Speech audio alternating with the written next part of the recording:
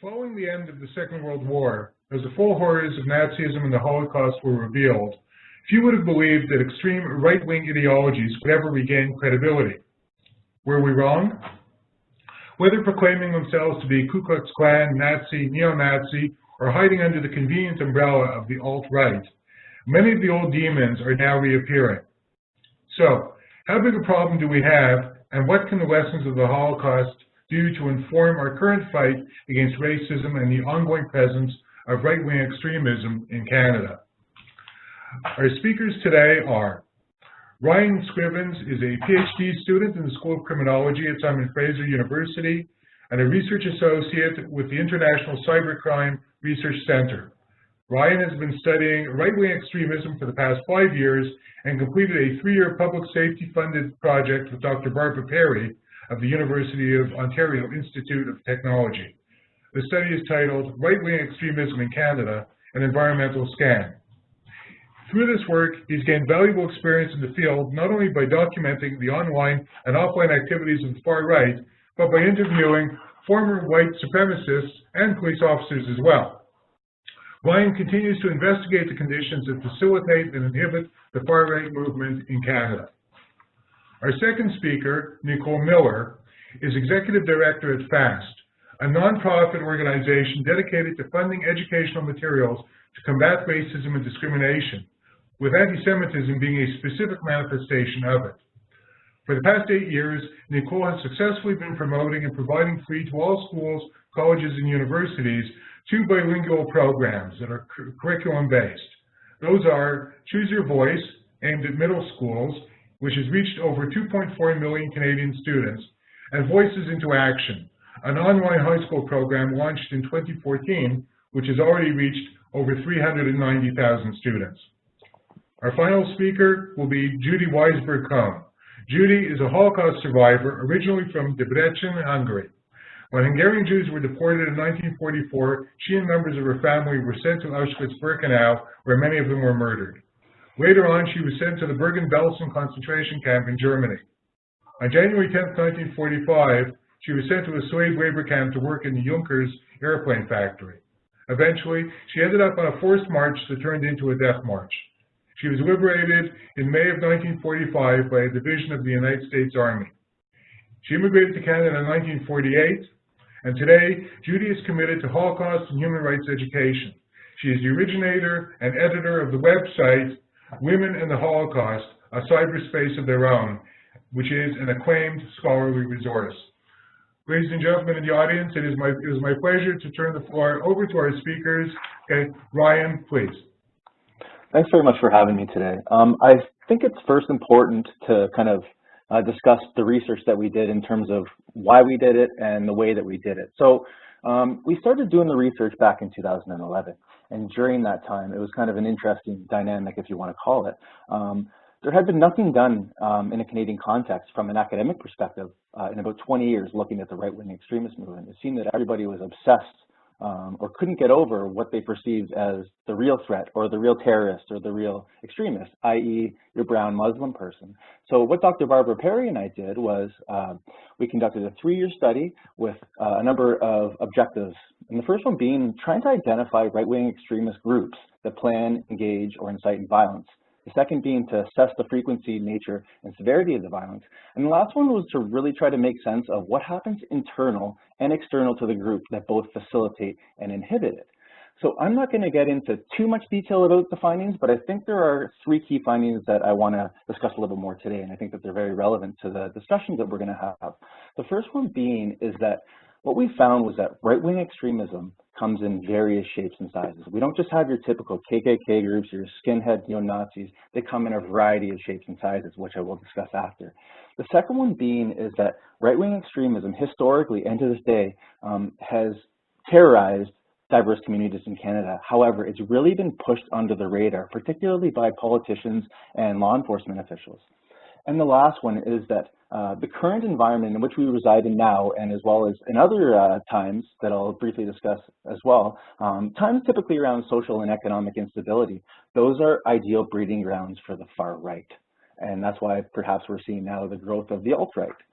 So the first point I want to discuss is the type of groups that we found. So like I said, we don't just have this one look or one appeal of the right-wing extremist movement. It comes in various shapes and sizes. So we have the neo-Nazis still, we have the racist skinheads, we have the KKK, we have the ideologues, which are now being referred to as the alt-right, quote unquote, gurus and lone actors. I don't want to really say whether the individual last night who engaged in the attack on the mosque in Quebec was a lone actor shooter on part of the right-wing extremist movement, but it's likely.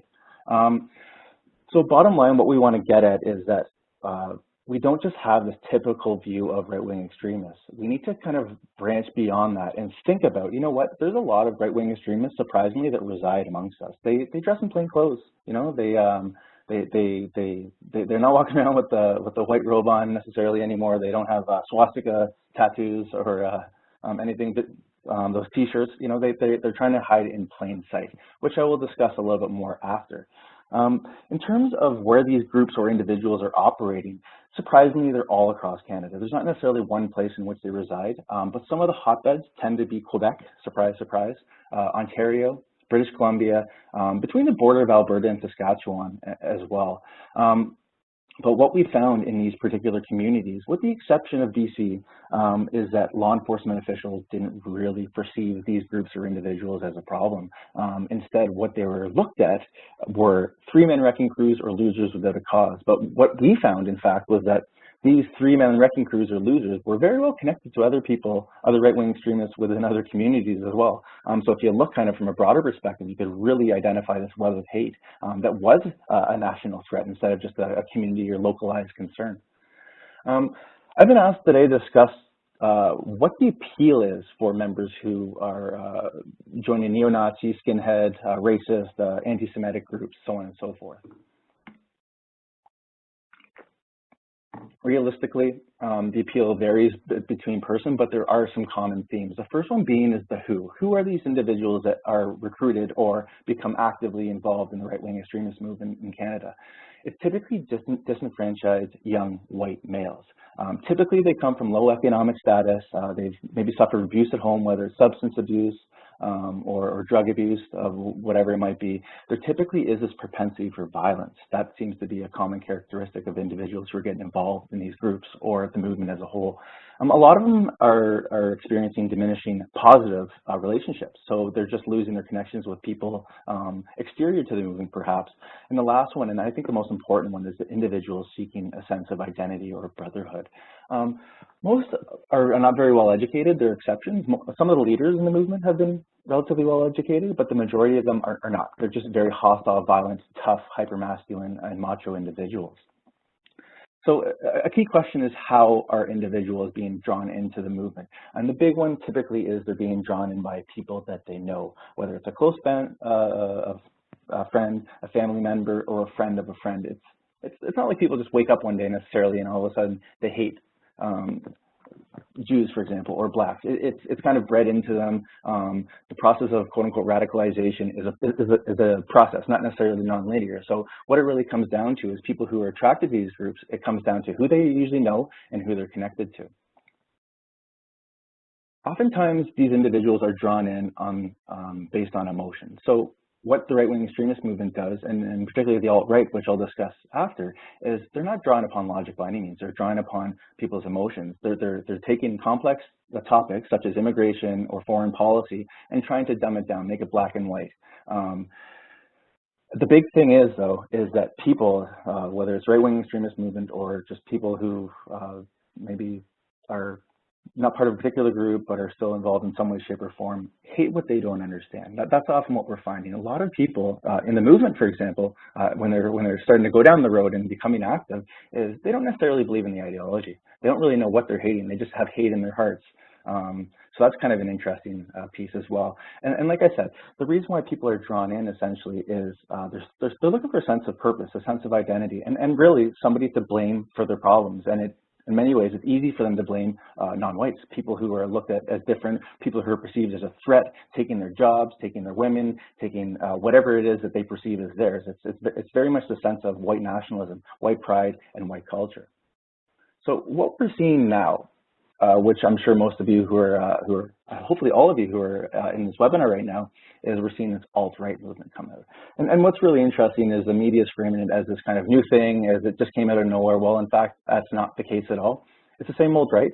It's just being defined. It just has a different name now. When Dr. Barbara Perry and I started doing this work, what we referred to them as were just ideologues. People who don't necessarily go to KKK rallies, people who don't necessarily go out and then do the Soldiers of Odin marches, for example, but they still believe in the ideology, and oftentimes they're feeding the movement.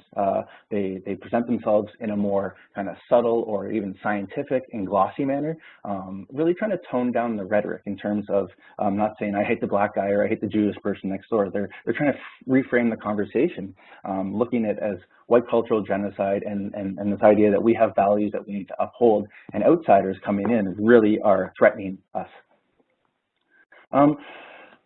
A really important point that I want to make is that the right-wing extremist movement, and a good example is the alt-right, is that it's really changed with the times.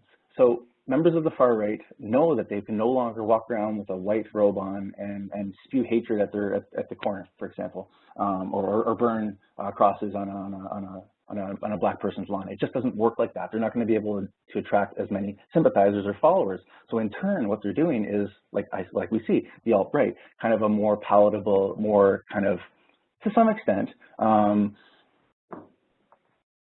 toned down version of racism or bigotry or xenophobia or whatever you want to define it as. So members of the far right are essentially changing with the times. They know that if they go out and they spew a real overt form of hatred, that it's not going to attract as many sympathizers or supporters.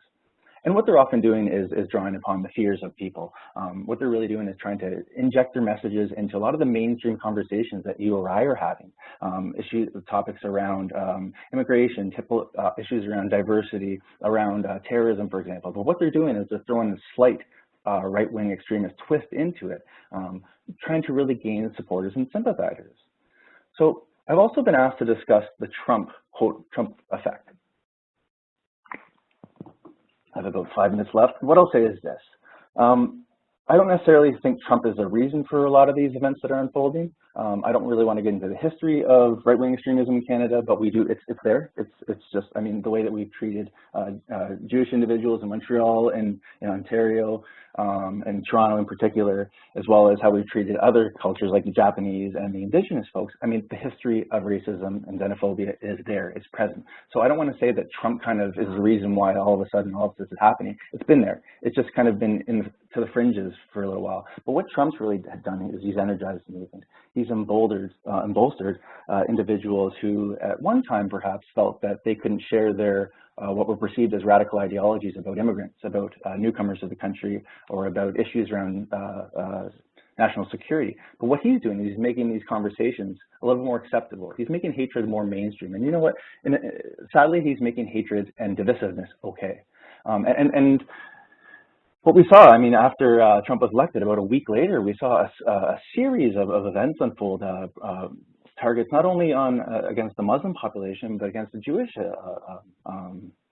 communities, particularly in Ottawa. We saw, I believe, 3 or 4 attacks on synagogues where swastikas were spray painted. The following month, we saw in Burlington a spray paint on one of the parks just with the word Auschwitz, just sending a really dangerous message to members in the community. It was a Jewish community at that they're just not welcome. They're just not. They should not be part of the community. You know, they're just kind of an outcast group.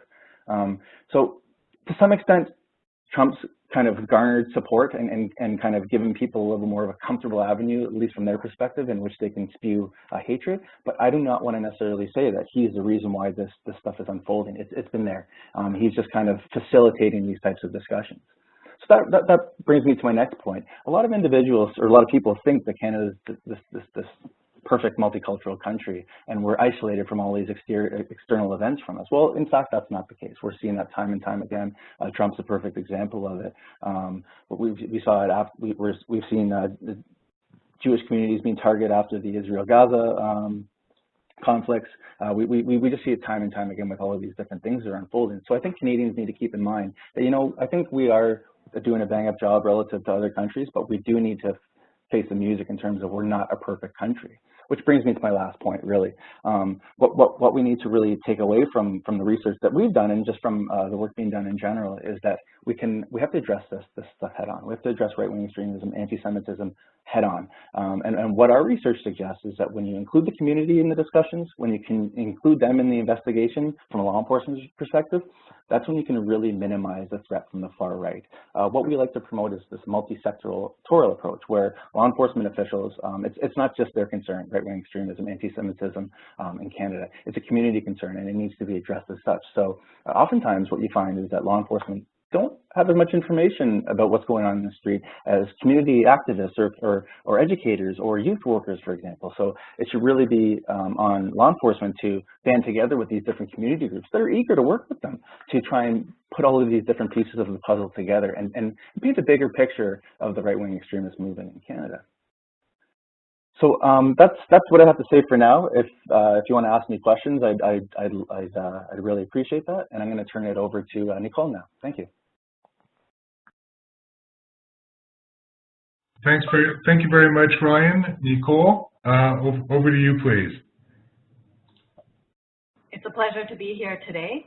I wanted to tell you first and foremost is that we all at FAST believe that the best way to combat anti-Semitism, racism, and all intolerance is through education. FAST programs, Choose Your Voice and Voices into Action, are free online teaching resources about human rights, prejudice, and hatred. 1/3 of the content is Holocaust education. Why teach about the Holocaust, and how do we apply these lessons to our world today? We can say never again, but the reality is that history repeats itself. Genocides recur. The first program by FAST, called Choose Your Voice, that was launched in 2005, is aimed at grades 6 to 8 and introduces the Holocaust to students. The lessons teach them to become heroes and not to be bystanders. As they learn about the history and the struggles of different individuals and groups living in Canada, they can make connections between historical events such as the Holocaust and the intolerance and discrimination that are happening today in Canada and around the world. Educators are guided in how to discuss difficult topics such as genocide and hatred.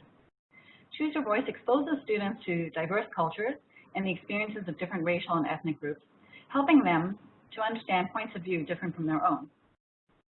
Students often don't realize how harmful bullying is, that words can hurt others, and that hatred of any kind has long-term effects.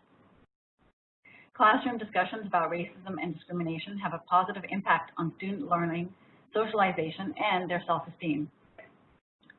Choose Your Voice tackles this issue of exclusion head-on and encourages students to uncover some of the historical and contemporary narratives of groups who have faced discrimination in Canada and other countries. Such narratives are often actually left out of the mainstream curriculum. Students hear firsthand accounts of racism experienced in communities of African Canadians, First Nations, Jews, Chinese, and Asian, and more. The video includes an interview of Elizabeth Moore, a former white supremacist who discourages students from following her path. She was recruited by neo-Nazis as a teenager, and she empowers them to make the right choices. She tells them that every day they do actually get to make choices. So since 2005, over 2.4 million Canadian students in about 19,000 schools have already learned the lessons of Choose Your Voice. And we receive feedback from students and educators from every province and territory attesting to its effectiveness. Nevertheless, neo-Nazi groups continue to recruit young people. So teachers need to be vigilant and watch out for and help students who are vulnerable and feel excluded, those who seem to be the outsiders. Our next program, Voices into Action, builds on this material and is curriculum-based for secondary school.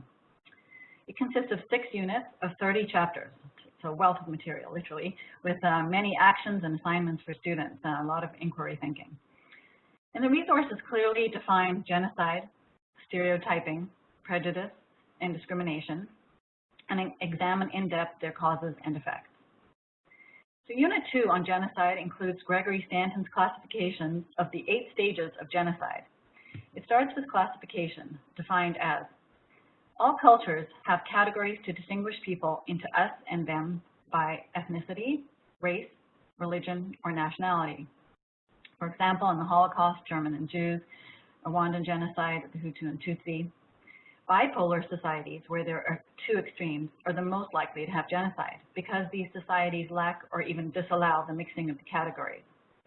And the other classifications in the list are symbolization, for example, the yellow star in the Holocaust, dehumanization, that's a big one in the Rwandan genocide. They were called the cockroaches. And again, Hitler dehumanized the Jews. Organization and polarization, preparation, extermination, and finally denial. So for the full list, you would go to the website, please, voicesintoaction.ca. I can't list them, go through all of them. So Voices into Action is free of charge and entirely online. The culminating Unit 6 is Living Together in Today's World. And it actually includes a chapter provided by Canadian Race Relations Foundation, thank you, called Exploring Canadian Values, as well as a chapter called Contemporary Anti-Semitism. In the latter, the history of anti-Semitism is summarized, as well as a video interview of a high school student who experienced it firsthand. Now I feel it's essential to this session to also quote Lessons from the Holocaust by Professor Irwin Cotler. He was the former Minister of Justice and Attorney General of Canada, former MP in Montreal, and founding chair of the Raoul Wallenberg Center for Human Rights, that's in Montreal. Professor Cotler's critical lessons included in our chapter on anti-Semitism are: number one, the importance of remembering. So the mass murder of 6 million Jews and of millions of non-Jews is not just a matter of abstract statistics. Each one was a person. Then number two, the danger of state-sanctioned incitement to hate and genocide and the responsibility to prevent. So the Holocaust succeeded not only because of the industry of death, such as the systematic roundup and extermination of Jews, but because of the Nazis' state-sanctioned ideology of hate. It is this teaching of contempt, this demonizing of the other, this is where it all begins. As in the Canadian Supreme Court affirmation, the Holocaust did not begin in the gas chambers, it began with words. Number three is the danger of anti-Semitism. This is the oldest and most enduring of hatreds and the most lethal. The most lethal. So Jews died in the Holocaust because of anti-Semitism, but anti-Semitism unfortunately did not die there, as we are well aware. So we learned too tragically, it begins with Jews, doesn't end with Jews. We've seen it happen in France in recent years. Four, the Holocaust denial movement. So the cutting edge of anti-Semitism, old and new, is not just an assault on Jewish memory in its accusation that the Holocaust is a hoax and the Jews fabricated this hoax. Rather, it constitutes an international criminal conspiracy to cover up the worst crimes in history. Simply put, the Holocaust denial movement whitewashes the crimes of the Nazis as it exoriates the crimes of the Jews. Number five, responsibility to bring war criminals to justice. If the last century, symbolized by the Holocaust, was the age of atrocity, it was also the age of impunity. Few of the perpetrators, including at the Nuremberg trials, were brought to justice. And just as there must be no sanctuary for hate, no refuge for bigotry, there must be no base or sanctuary for these enemies of humankind. Six, the danger of the betrayal of the elites. Perpetrators of the Holocaust were the educated and the elite. The Holocaust was made possible not only because of the bureaucratization of genocide, as Robert Lifton put it, and as the Nazi desk murderer Adolf Eichmann personified, but because of the complicity of the elites, and this group included physicians, church leaders, judges, lawyers, engineers, architects, and educators. Seven, the danger of the bystander community and the responsibility of rescue. Remembrance and tribute that must be paid to the rescuers, the righteous among the nations, of whom Raoul Wallenberg is metaphor and message, who demonstrated that one person with the compassion to care and the courage to act can confront evil, resist, and transform history. So we devoted an entire lesson in Voices into Action to the story of rescuers, including Raoul Wallenberg and a video about him. And lastly, the legacy of Holocaust survivors. We must always remember and celebrate the survivors of the Holocaust, the true heroes of humanity, for they witnessed and endured the worst of humanity, but somehow found in the depths of their own humanity the courage to go on, to rebuild their lives as they help build our communities. So those are the words of wisdom from Professor Cotler, my hero. In another unit, Unit 3, Understanding Prejudice and Discrimination, are the three stages of anti-Semitism as were outlined by Emil Fackenheim. They are segregation, followed by expulsion, and finally extermination. Throughout human history, this process has been repeated and continues today around the world, and these stages can be applied to other races. So what is so amazing about Voices into Action are these 30 original short videos by FAST that are first-hand accounts of discrimination that help viewers walk in the shoes of the other. Some of the videos are group discussions of youth who have faced racism, such as in the Black, Canadian, and Aboriginal communities. A few experts also contributed their interviews, such as Adam Egoyan on the Armenian genocide, Daniel Libeskind on the importance of Holocaust memorials and monuments. And, you know, this program was developed for secondary schools, but Voices into Action is also being used by universities, colleges, adult education, and ESL centers, as well as many organizations, including Canada's correctional system. More than 500,000 students, I know Len said 390, but that was last month, more than 500,000 students have been learning the program since it was launched in October 2014, so it's just been a few years. FAST programs help educators address racist and anti-Semitic incidents in their schools and provide tools to students to combat them by speaking out and taking action. These are just a few testimonials about the two programs. From a grade 8 student in Nova Scotia about Choose Your Voice. Before we started learning about the Holocaust, I wasn't really sure what it meant. I was in for a real shock. I find it difficult to comprehend that some people could be so cruel. The killings were so systematic. They had a plan that they thought must be followed. I learned that hatred breeds hatred, and if we don't learn about the past, history will repeat itself. If it did, I would hope I had the courage to stand up and speak out against it. And then from a teacher, a social studies teacher in Vancouver, I would recommend Voices into Action to any educator who wants to educate and inspire their students to not only learn about human rights, but to also take concrete steps in their own communities to end cycles of prejudice and hate. I have personally used this resource when teaching about residential schools, the Kamagata Maru incident, Islamophobia, Japanese internment, and the Holocaust. The engaging videos, lesson plans, and materials are a great addition to any lesson on human rights. And lastly, I'll just tell you a little about the organization. FAST, Fighting Anti-Semitism Together, was founded in 2005 by Elizabeth and Tony Comper, the former CEO and president of Bank of Montreal, in response to a wave of anti-Semitic incidents happening in Canada at the time. Along with a coalition of other non-Jewish business and community leaders, FAST is dedicated to funding educational programs to combat all intolerance, with anti-Semitism being a specific manifestation of it. It is now a national organization with staff in every region. Sadly, Elizabeth Comper passed away in 2014. She always said, anti-Semitism is the oldest hatred in history, that it must be the non-Jews who help the Jews to fight it, and anti-Semitism is the canary in the coal mine for all other hatred. So that's it, and I look forward to hearing some questions afterwards. Thank you very much. Thank you so much. Last but certainly not least, it's my real pleasure to introduce Judy Cohn, who I've known for many years. Judy, please. Thank you for being invited. Hello, everybody. My name is Judy Weissenberg-Cohen.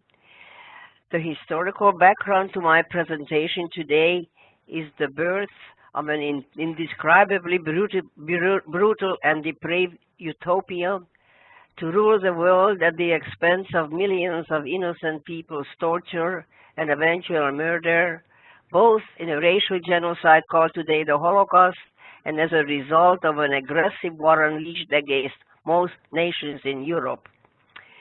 This ushered in a period of 12 years when morality, ethics, social justice, democracy, and civil societies were unhesitatingly trampled on by the German Nazi dictatorship of their more than willing collaborators in many European countries, including Hungary. So what is my personal connection to this tear and blood-saturated history? I was born in Hungary in the city of Debrecen into an Orthodox Jewish family. I was the seventh sibling to 3 sisters and 3 brothers. Here is where I was a precocious, relatively happy young child. Here is where our parents raised our large family in relative well-being and love. I was 5 years old when Hitler came to power and mercifully was not aware of the significance it will mean in my life. As I was growing into a young teenager, grave history was unfolding both in Europe and Hungary, and enveloped us Jews in the most frightful way. The Nazi and Hungarian fascist forces growing stronger in Europe and in Hungary. When I was 10 years old, in 1938, to our chagrin, the Hungarian government became officially a collaborator ally to the Nazis, both ideologically and later on also militarily. Numerous anti-Jewish laws were enacted in rapid successions, just like in Nazi Germany. This paved the way to our total demise, accelerating in 1944. Never will I forget March 19, 1944, when Gauleiter Adolf Eichmann, with only a few hundred of his henchmen, occupied Hungary and imminently installed a new, vicious Nazi puppet government. Deportation started within weeks. To Eichmann's delight, there was 100% help from all branches of the government and 200,000 civil servants as collaborators. According to scholarly report, it took only 57 days to deport close to 500,000 Hungarian Jews to Auschwitz-Birkenau, among them my entire immediate and extended family. I was 15.5 years old. 75% of all Hungarian Jews were immediately murdered in the gas chambers in this largest of camps in Nazi-occupied Poland. That was the fate of my parents, infant nephew Peter, my sister-in-law and her parents, and scores of female cousins with their young children. Hungarian Jewish men as conscripted slaves to the Hungarian army, doing the most dangerous jobs like clearing minefields in the Soviet-Ukrainian front, were dying in that hell of the Holocaust, brutally exploited, abused, often cold-bloodedly slaughtered by their own Hungarian military captors.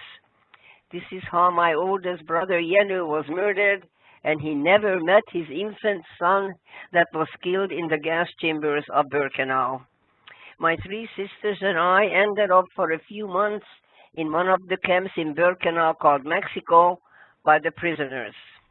The 4 of us sisters tried to better the odds to survive by helping each other any way we could, trying to overcome the endless hunger pains, the guards' brutality, ease the constant fear of being gassed that could happen any hour of the day, or by being torn apart by the humiliating selections often conducted by the prisoners being dressed down to the nude.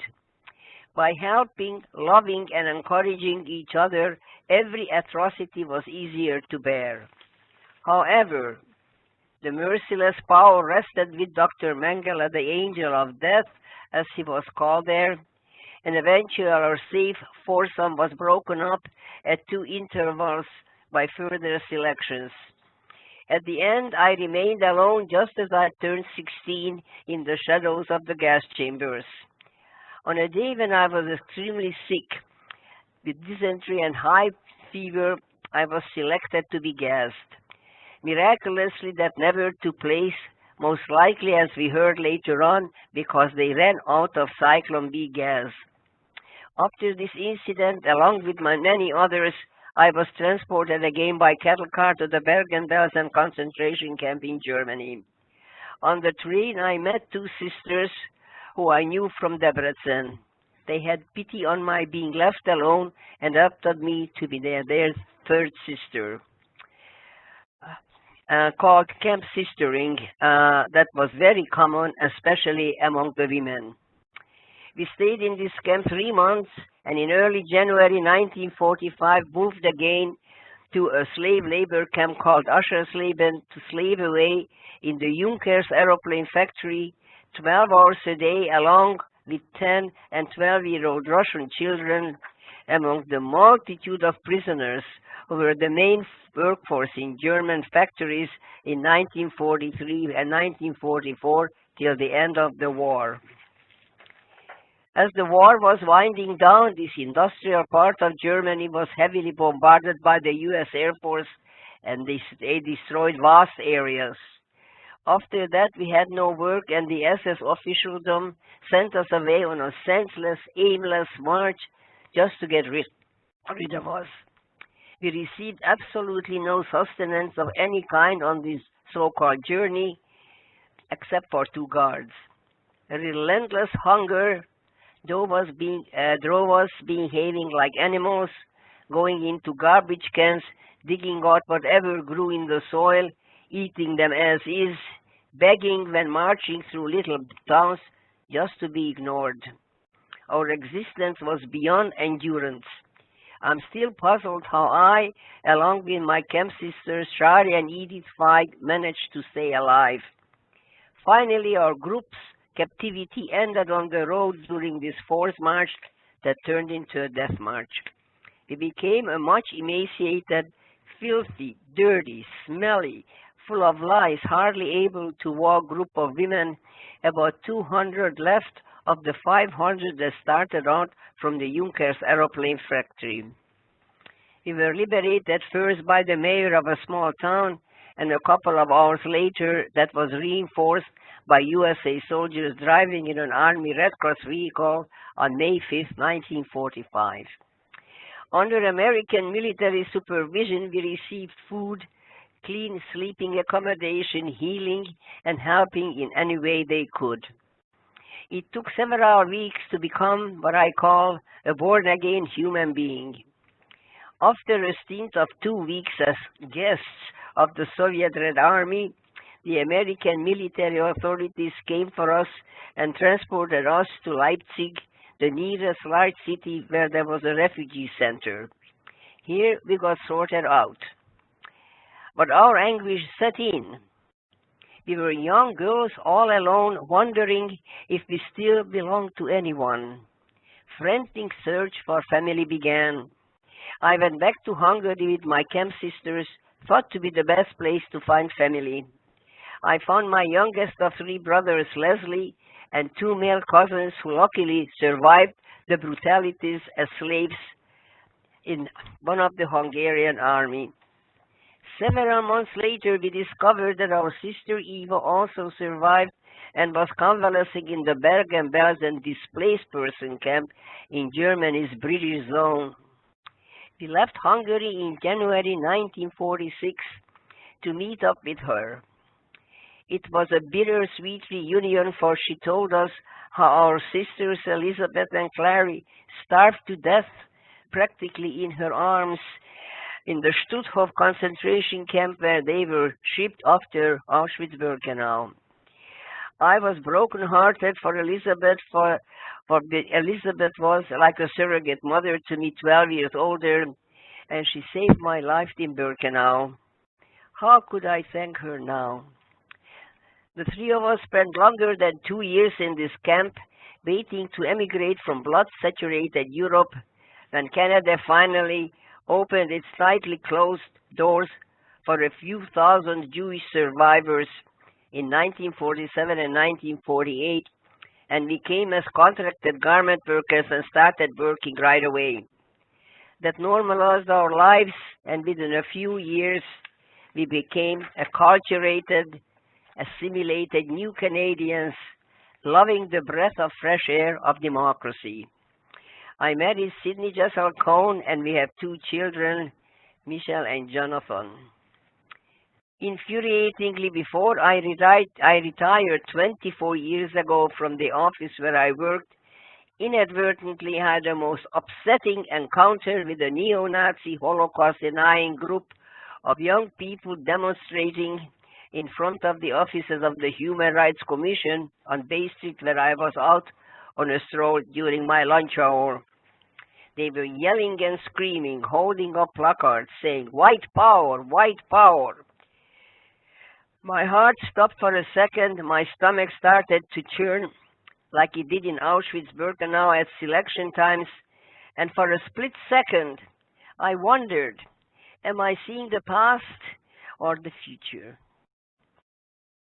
Then I recovered, got angry, and confronted the leader, sort of. More importantly, I realized that the terrible ideology that brought the Holocaust about is alive and well, did not die with Hitler in his bunker, just lay dormant for a while. That was the trigger point for me and catapulted me into activism to the offices of Toronto Holocaust Center, as we called it then. I learned to become a public speaker and did so in schools, universities, or wherever I was invited to testify as a survivor witness as to the depraved brutality of this unprecedented genocide, and I'm doing it till today. Also, through the lessons of the Holocaust, trying to influence young people's thinking as to what happens in our society if we let bigotry and prejudice and hate for those who are different from us left unchallenged, refuted, stopped. I believe in the importance of remembering the victims and the struggles of the survivors, but remembering alone is not enough. I believe if the Holocaust teaches us anything relevant, is not the horrors that ensued during those 12 years. Instead, to realize that the Holocaust was the result of rationally determined government policy, rationally acted upon by ordinary people, many of them very well educated individuals. To understand the most important lesson, in my opinion, is to understand the political and social processes during the Holocaust.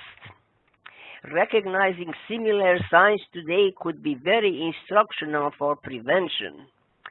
That ought to be a priority for scholars and for civil societies, meaning all of us, but most importantly for the decision makers holding political power, locally and globally, so that henceforth nobody should have to live with memories like Holocaust and all genocide survivors have. Thank you. I'll await your question if you have.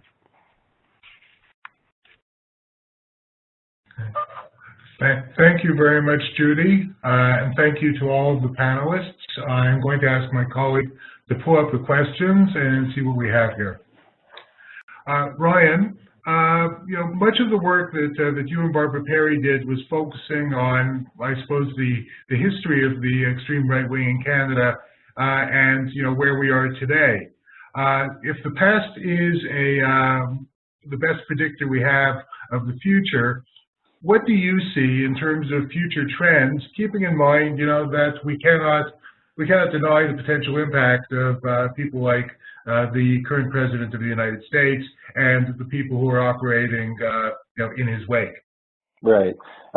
So what I'm going to suggest is that we need to keep in mind things that have happened in the past around recessions in particular, around those particular times, or times around social instability like we're seeing now around ISIS-inspired violence or things that are happening external to Canada that might, in fact, hurt us. Those are times in which we're going to see more right-wing extremist activity.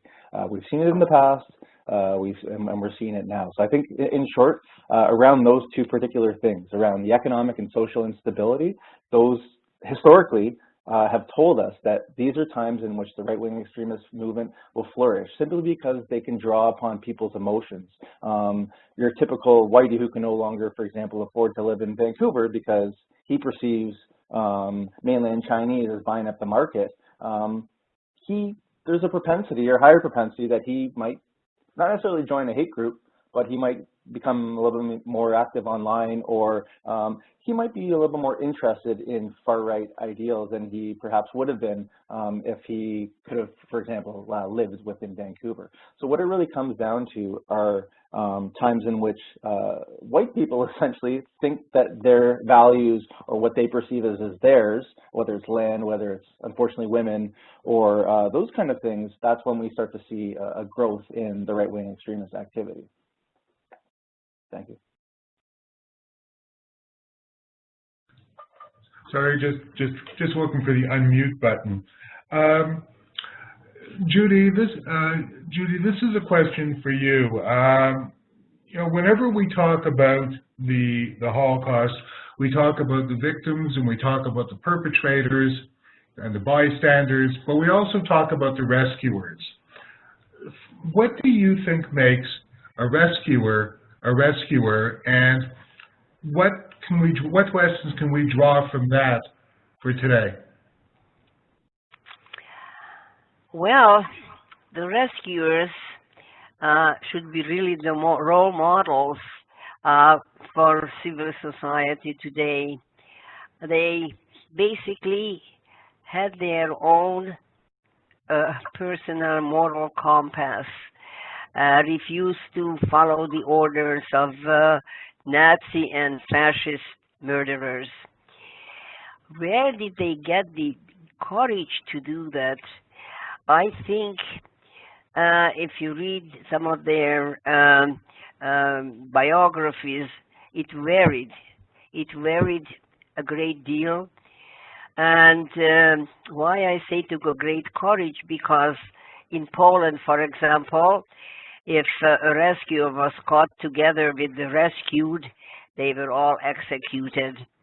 In Holland, there were quite a few rescuers, and if they're caught together, they all were sent to concentration camps, some of them to Sobibor.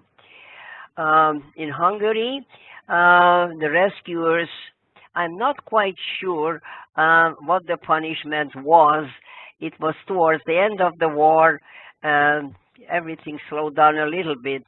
But I think in some cases it was religious conviction, out of religion, love thy neighbor. In other cases, they rescued for money. In some cases, of course, it was just personal conscience. When you ask them, you said, why did you do it? He says, how else? How come there was no way I cannot do it or shouldn't do it. Rescuing other people who were persecuted, innocent people. So the answers are varied, and from country to country, from person to person, but needless to say, they were exceptional people with exceptional courage and moral values. That's the way I see it, and I think this is the lesson in many cases too far that we should emulate. Thank you very much, Judy. I'm conscious of the time. There is one question which I think I would like to address to all the panelists. So, over the last little while, I mean, there has been much talk on social media about, you know, echoes of the past, how history repeats itself.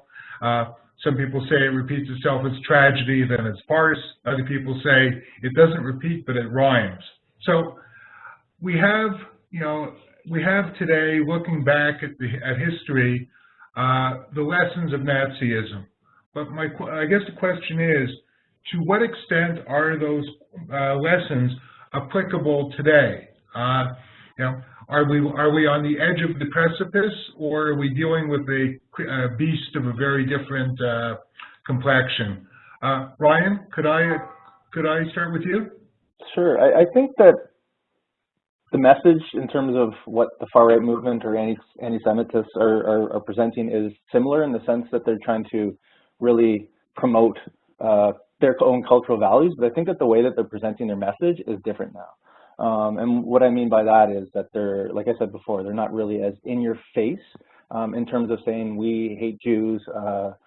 Typically neo-Nazism is two things. It's obviously, it stems from the Third Reich, but it also kind of presents a very simple message that sending Jews to the oven, blacks back to Africa.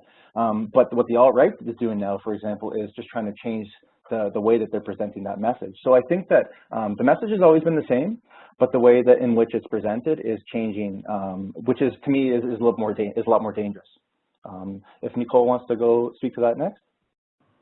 I just want to say thank goodness Hitler didn't live today in the world of social media and the internet. Can you imagine how much easier it would have been to promote his ideas worldwide, and how much faster? And I think that's the scary thing today about how ideologies are so easily learned. You know, they take in anyone who's slightly ignorant, and it's like flipping a switch. They went from being, well, I say the word normal to being, so, you know, suddenly, oh yeah, I'm going to belong to this, become a neo-Nazi or white supremacist. And again, education is the only way. And teachers have so much power. I really believe that. So I hope there are educators listening to this panel today. Okay. Thank you. Thank you, Nicole. Judy, any thoughts? Yes, I have a very strong opinion on this. I think everything, absolutely everything, is political, and it's almost imperative to know the step-by-step process during a genocide, what happened in the past, because it didn't happen all at once, overnight. There were laws enacted, discrimination and hatred became legalized, terrible laws that were governing everybody. And I think that if we understand this, then we can study and observe what's happening today in our neighboring country too. What are how does it begin? And recognize where it's going to lead to, and stop it before it's too late in its early form, because once this force gets stronger, and then it usually terrorizes people into silence. So know the steps towards a genocide or mass murder or mass expulsion or whatever, and try to stop it early in the game if you recognize where it's going to lead to. That's the only way we can do prevention. Okay. Thank you very much for that, Judy. There are actually two questions popped up a couple of minutes ago, and with the permission of folks, maybe we can go just a little bit over because I think they're both interesting and worth attention. So the following question, and I leave this open to anyone who chooses to answer it. Euphemisms were an intricate part in policies steeped in genocide, or, in the case of Canada, in assimilation policies aimed towards Indigenous Canadians. How important is the language we use in human rights work? For example, alt-right, referred to as alt-right, or as identitarians. Ryan, I'm going to ask you to start, but of course, others, please do chip in. I think from an academic or a community activist perspective, or an anti-racist, or from that perspective, I think we need to, for lack of a better way of putting it, call a spade a spade.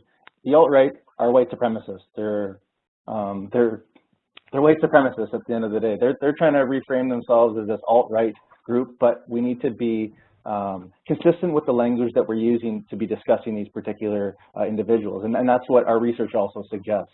When community activists, for example, not obviously they're working together, but if they're using similar language to provide clear and concise messages, then that's when we can really address these concerns head on. Thank you. Nicole, Judy, anything to add to Ryan's thought?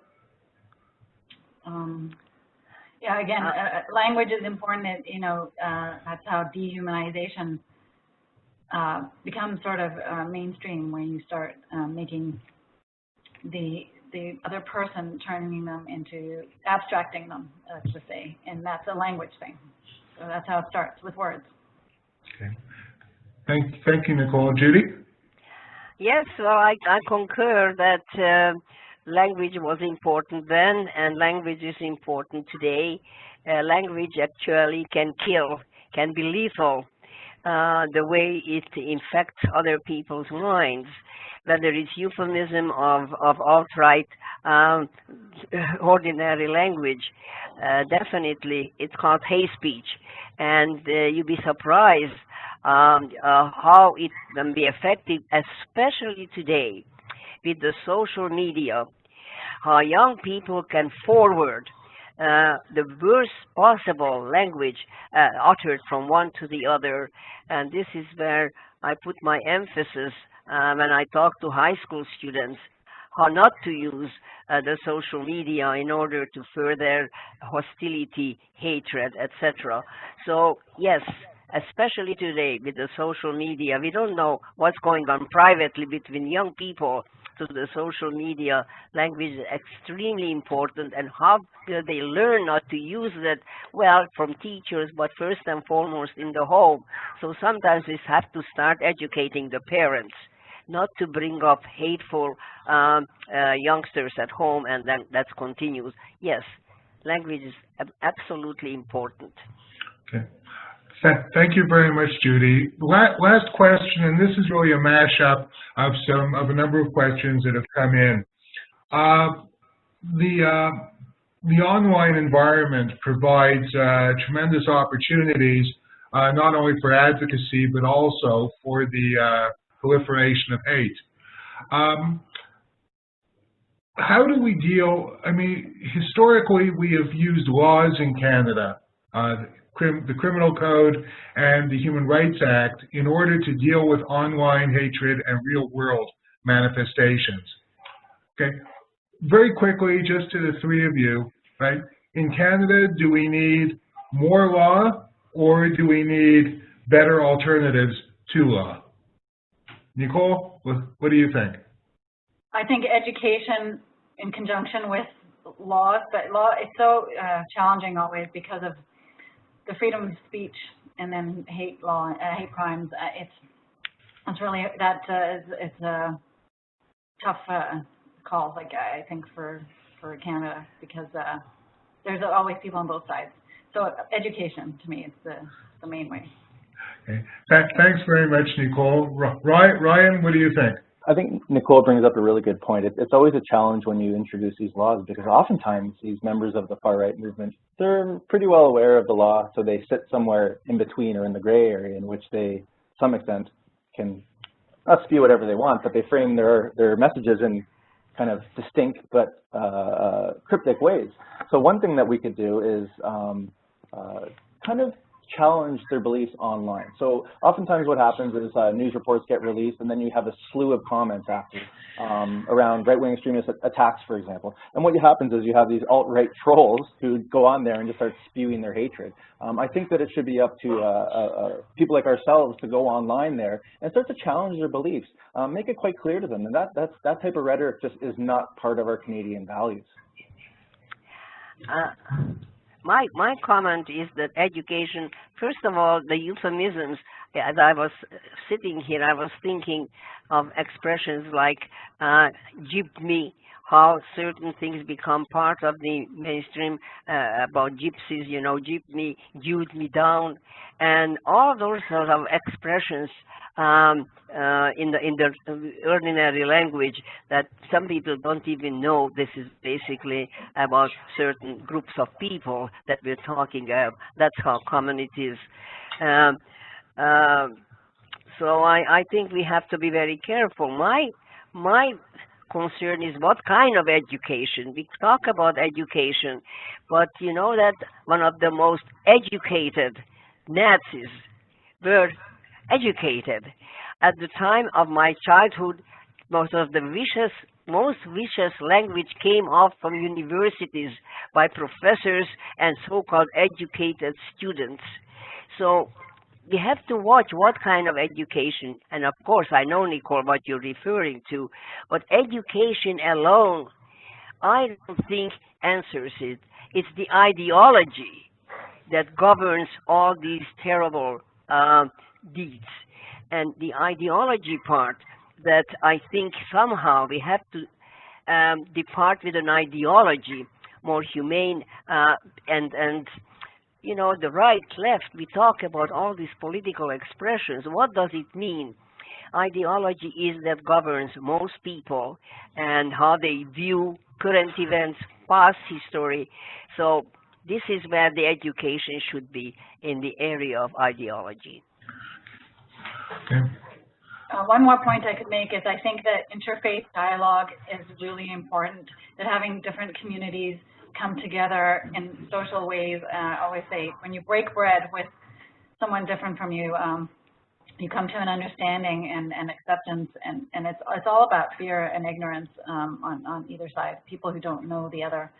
So to me, that the community piece is really important too. I think only remark I would like to have is when we talk about young people or anybody for that matter is individual responsibility in our society. We always say the groups and they did it and we just followed orders sort of business. How to instill in our young people and their parents for that matter individual responsibility, how we respond to certain occurrences in our social life or in our political life. And, you know, letters to the editors, especially now with the social media, Facebook and Twitter and Snapchat and God only knows, Instagram and blogging. We have the instrument and we really have the best opportunity to get involved individually and take individual responsibility to express an opinion or oppose something or support something that is healthy. And if we can inject that in our civil society, we will have a very good civil society. Thank you so much, Judy. That's a great place for us to pause the conversation. We could probably go on for another couple of hours, but our time together on this particular session has come to an end, and I would like to thank the almost 60 people who came onto this call right at the beginning and have stayed right to the end. I especially would like to thank our panelists for sharing their thoughts with us. Thank you, Ryan. Thank you, Nicole. Thank you, Judy.